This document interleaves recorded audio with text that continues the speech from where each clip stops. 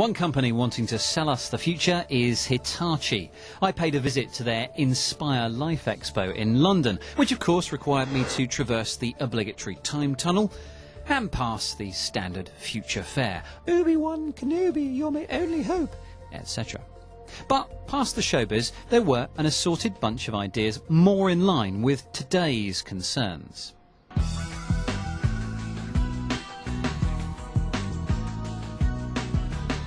Well, now the world and his dog has a car, or so it seems. Travel is a big theme here. Here we're trying to save the planet with some organic hydride fuel.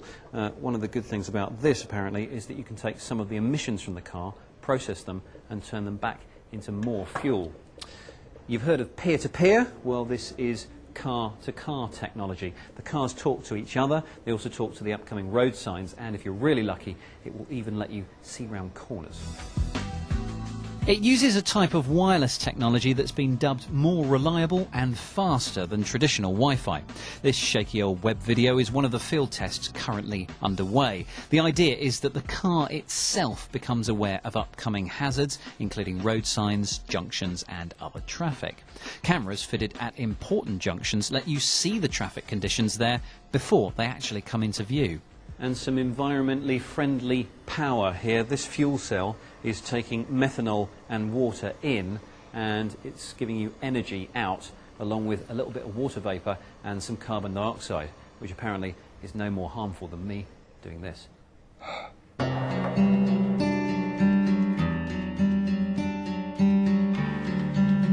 So now you can travel the world without killing it en route.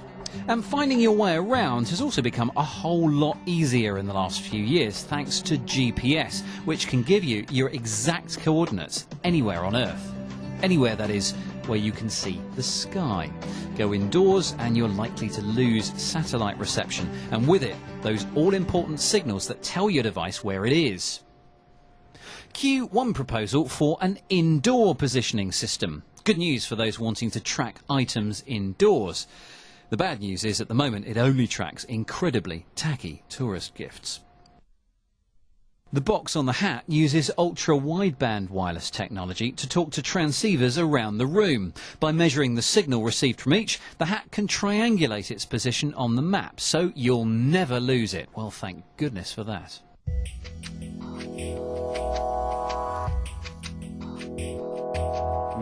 Lots of lovely chemicals and scientific-looking bits.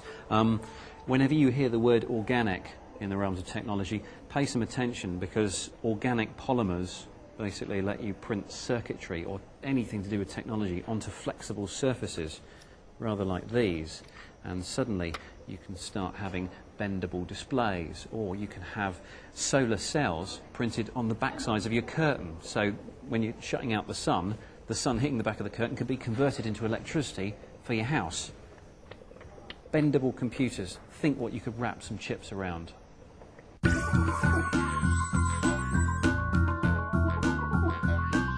Ah yes, mind control, the stuff of the fully signed up members of Club Jedi. We've seen this kind of thing before, and quite frankly, it wasn't the droid I was looking for.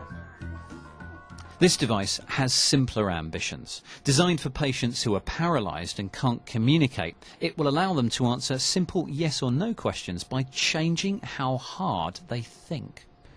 Okay, this is a yes-no machine, and apparently if I think really quickly about something complicated, that's a yes, and if I calm and relax myself and don't think about much, so normal service resumed, that's a no. Here we go. All right. Let's fire it up. So it's not actually reading my mind at all. It's actually measuring the blood flow through my brain, which goes up when I think hard.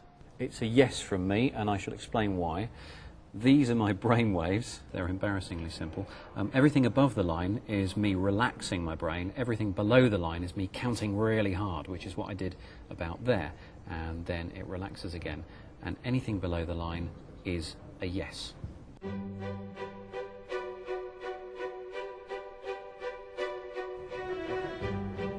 You know how sometimes you'll write some notes, just jot some information down, and then you might want to photocopy it or even scan it a bit later into your computer. Well, I have something here that will do the scanning as you're writing it.